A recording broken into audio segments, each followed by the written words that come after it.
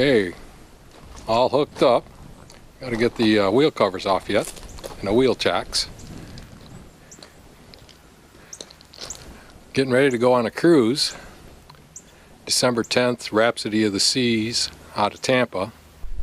We're in the low 40s. It's getting a little cool at night too, down in the 30s. It's about time to leave. So you're probably wondering why we're hooking up our Airstream to go on a cruise. Well, we're taking a couple days to get there. It's December 7th. Going to visit some friends down in Ocala, Dean and Valerie. I'm going to hook up with them, proceed down to the cruise ship, take the cruise, and then come back and spend a couple days down at Mayer State Park in Alabama and a couple of military bases on the way to get there. So let's go on a tour. We bought this in summer of 2017, just several months ago, and it's a 25-foot front bedroom twin, and so far it's working out great. Start at the front here. 2 30-gallon propane tanks, storage, battery storage behind it, LP propane low pressure hookup for you like a barbecue or something on the other side. I just got done hooking up the equalizer hitch. Went with the Husky. Everybody kept saying go with the I can't remember the name of it now, the Hemsley, but the guy at the dealership said that was quite a bit of overkill with my rig, with the truck, 3/4 ton diesel truck pulling the 25-foot trailer. He suggested the Husky, a lot less expensive, and it seems to be doing the trick. It's Flying Cloud, of course.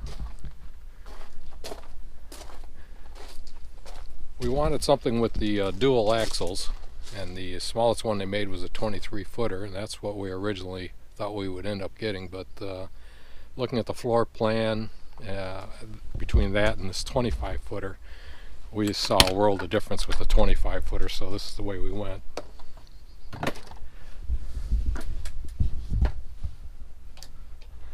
Turn on some lights here. This is the dinette that converts into a double bed right in the back. The windows that wrap around in the back and the front and on the sides just give a great view, and that's one of the selling features. That's what sold us on it. And we have a skylight. Of course, the television. In the back here they have a Blu-ray player, DVD player hooked up to the radio, Bluetooth,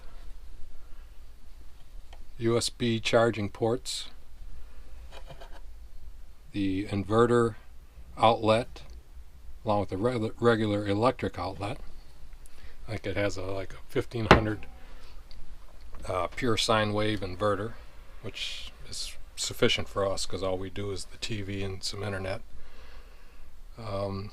Storage down below.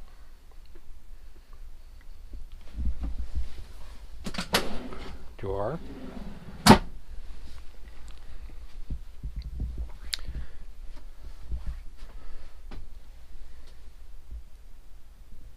We went with the option for the convection microwave rather than just the oven. Thought that was a good idea. Vented gas stove, 3-burner, 7 cubic foot refrigerator with freezer. Haven't de-winterized this yet. Freezer.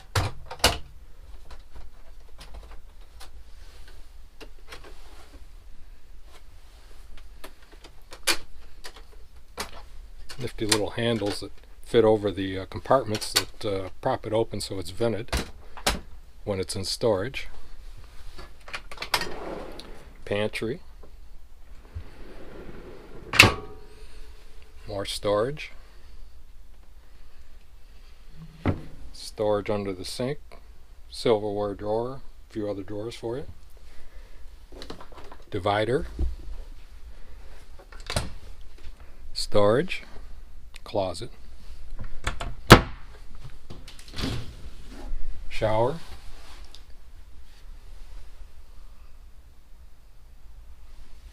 and I've taken a couple showers in it. I can get in there. It's not the most roomy, but it's sufficient.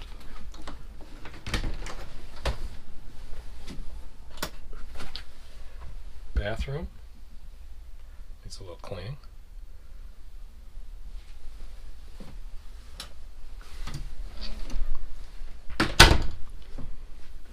And the 2 twin beds. We like this option because it gives you more room. You're able to walk between the beds. Storage in the front, storage underneath, storage up top, storage on the sides. Second TV,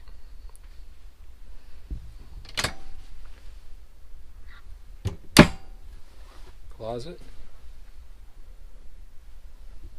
and you'll see what I mean by the view out the back,